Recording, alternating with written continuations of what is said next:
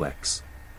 And in this pattern lies the essence of her shadow, the part of her that still associates love with loss. The Stoic mirror, stillness amid the storm. Epictetus once wrote, "It's not what happens to you, but how you react to it that matters." To love a woman with a dark past, you must embody this principle. Her emotional tides are not to be controlled, corrected, or chased. They are to be witnessed with calm. If you panic when she retreats, she feels unsafe. If you demand her openness, she shuts down further. But if you remain grounded, still, warm, patient, she begins to sense something unfamiliar, stability. And slowly, her nervous system starts to trust your energy. This is how the Stoic man heals without trying to heal, by being what is missing, not fixing what is broken. You cannot teach her peace. You must be language of her emotions. Her emotions will tell you more than her words. Pay attention to the subtle transitions. When her laughter fades too quickly, it's not disinterest, it's memory. When she falls silent after joy, she's checking if happiness is safe. When she withdraws after intimacy, it's her inner child testing whether love can coexist with safety. She is constantly calibrating, how much can I give before I disappear?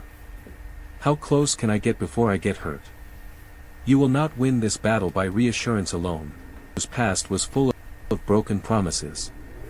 What she trusts is consistency. The steady tone in your voice.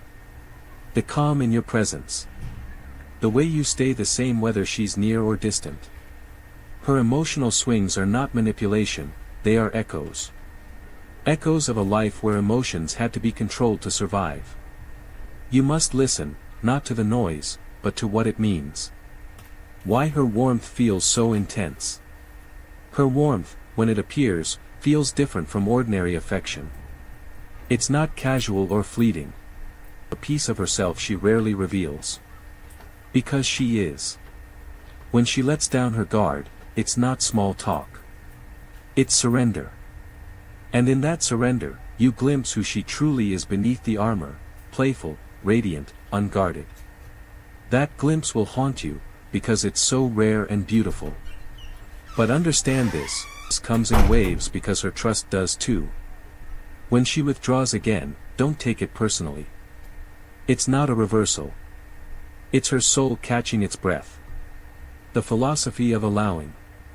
The Stoics taught the art of allowing, to accept reality without resistance. You cannot rush the rhythm of someone who has healed through chaos. Her pace is not yours to dictate. Her silence is not your enemy, it is her way of remembering herself. So when she retreats, don't chase her. When she grows quiet, don't fill the space. Just remain, calm, centered, unthreatened. In time, she will return. And when she does, she will return not to your words, but to your energy. Because energy never lies. And when she feels that your calm does not demand, her shadow begins to rest. She starts to believe that maybe, just maybe, love doesn't always have to hurt. Integration, when the storm becomes still water. True healing for her will never come through grand gestures. It comes through moments where emotions are met with understanding, not judgment. Sign 4, she hides behind humor or perfection. Some people protect themselves with walls of silence. She protects herself with performance. Her laughter comes her eyes. She makes jokes at her own expense before anyone else can. When sarcasm, when she feels vulnerable, she distracts with charm. To most, she seems radiant, always composed, witty, capable. But competence. A woman who has endured chaos learns early that safety depends on keeping others comfortable. If she was punished for sadness, she learned to smile. If she was ignored, she learned to entertain. If she was judged, she learned to excel. Perfection became her survival code. Every flawless gesture says, "I'm fine." She isn't lying. She's performing a truth that once protected her. But perfection is exhausting. It means never resting, never revealing the and it releases pressure without surrendering vulnerability. It buys her space in a world that once punished sincerity. Jung's insight, the persona. Carl Jung called this one wears to meet society's expectations. For the untraumatized, the persona is flexible. For the wounded, it becomes armor. She fears that if anyone saw her unmasked, her confusion, her fear, her softness, they would leave. So she refines the performance until she forgets where the act ends and the self begins. The tragedy is that the persona once saved her life, but now it keeps her from living it. The Stoic philosophy teaches mastery over emotion, but not denial of it. Marcus Aurelius wrote, "You have power over your mind, not outside events." She misunderstood that long before she ever read it. Her control was born not of philosophy, but of necessity. She controlled what she could, her grades, her appearance, her manners, because the world around her was unpredictable. To her, losing control feels like death. So she perfects everything, her posture, her timing, her tone. Pain will not return. But control is a fragile god. It demands constant sacrifice. The hidden cost of being the strong one. People often admire her. They call her inspiring, resilient, the one who keeps it together. Even fewer ask who comforts her. Because perfection forbids weakness, she cries only in private. Because humor deflects intimacy, no one realizes how rarely she feels truly seen. The very traits that draw people to her also isolate her. Underneath, there's a simple truth: she's afraid of being unsafe. Recognizing the crack in the mask. If you look closely, you'll notice moments where the performance slips. A flash of irritation when someone thanks her too sincerely. A tremor in her voice when laughter lingers. Sign 5, she is addicted to chaos. Peace makes her uneasy. When life becomes still, when no one is yelling, nothing is collapsing, and no storm is gathering, she begins to feel an emptiness she can't explain. Her mind starts searching for problems, invisible tension. She might create conflict where none existed, or make sudden, impulsive decisions that shake the calm she just earned. To an outsider, it looks like self-sabotage. To her, it feels like home. The body's memory of turmoil. Trauma isn't only psychological, it's physiological. If she grew up in an environment of shouting, neglect, or emotional volatility, her nervous system learned to operate on high alert. That adrenaline became her normal baseline. Peace, then, feels foreign, almost threatening, because it lacks the familiar signals of survival. Finally arrives, her body doesn't interpret it as safety. It interprets it as waiting for the next blow. So she unconsciously recreates chaos to restore equilibrium.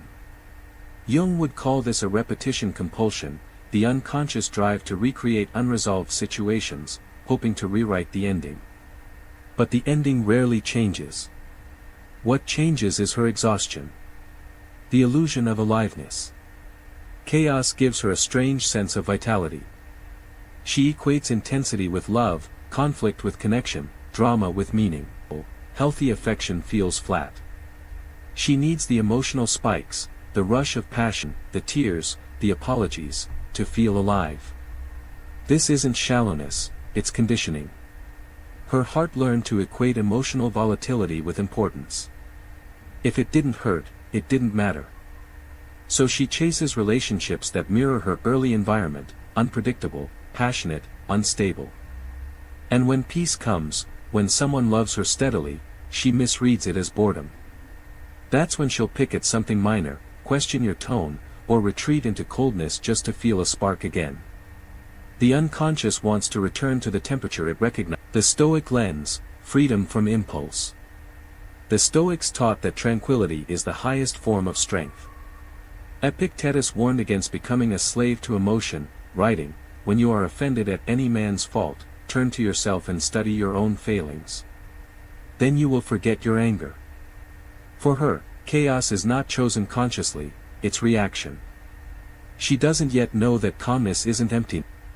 Freedom from the tyranny of reaction, from the compulsion to feel in order to know she exists. To help her see this truth, one must embody it. If you respond to her turbulence with equal volatility, the pattern continues. If you meet it with silence and steadiness, you become a mirror of what her spirit secretly longs for: stability that doesn't withdraw, calm that doesn't punish. How chaos becomes identity. Over time, the addiction to chaos seeps into every layer of her identity. She may describe herself as passionate, intense, or a little crazy when it comes to love. These words sound playful, but they hide fatigue. Deep down, she's tired of starting over, tired of burning bridges, wondering why peace never lasts. She fears that if she ever stops fighting, she'll disappear. That fear keeps her trapped. The Stoic answer is moderation. Not repression, not indulgence, balance. When she begins to experience calm as something she can inhabit rather than escape, she begins to reclaim her life from her. You're seeing the pattern. You'll know she's caught in this loop when she creates emotional highs and she becomes restless after moments of harmony. She confuses calm with disinterest. She thrives in crisis but feels lost in ordinary peace. These are not red flags to condemn, but maps to understand. They point to a nervous system that has forgotten how to rest. Breaking the cycle. Healing begins the first time she chooses not to react. The first time she allows silence to stretch without filling it with fear. Realizes peace doesn't mean abandonment, it means safety. But this realization doesn't come from words. It comes from repeated exposure to calm, compassionate presence. Over time, the body relearns what the mind already knows, that not every quiet moment precedes pain. Jung believed that integration is achieved not by destroying the shadow, but by befriending it. The part of her that craves chaos isn't evil, it's the wounded child still looking for attention. When she can hold that part with awareness rather than judgment, chaos loses its grip. And when she finally learns to breathe in peace without suspicion, her beauty changes. It's no longer the fierce, defensive beauty of someone who no longer needs the storm to feel alive. There are women who move through the world like poetry, graceful, composed, self-contained, yet when you look into their eyes, something unspoken lingers there. A silence too deep, a gaze too knowing. It isn't sadness exactly, it's recognition, the kind you feel when you stand before someone who has already survived several lifetimes inside one. You sense it before she speaks. The way she measures her words. The subtle caution behind her laughter. The invisible armor behind her softness. She smiles, but there's calculation in it, not manipulation, but vigilance.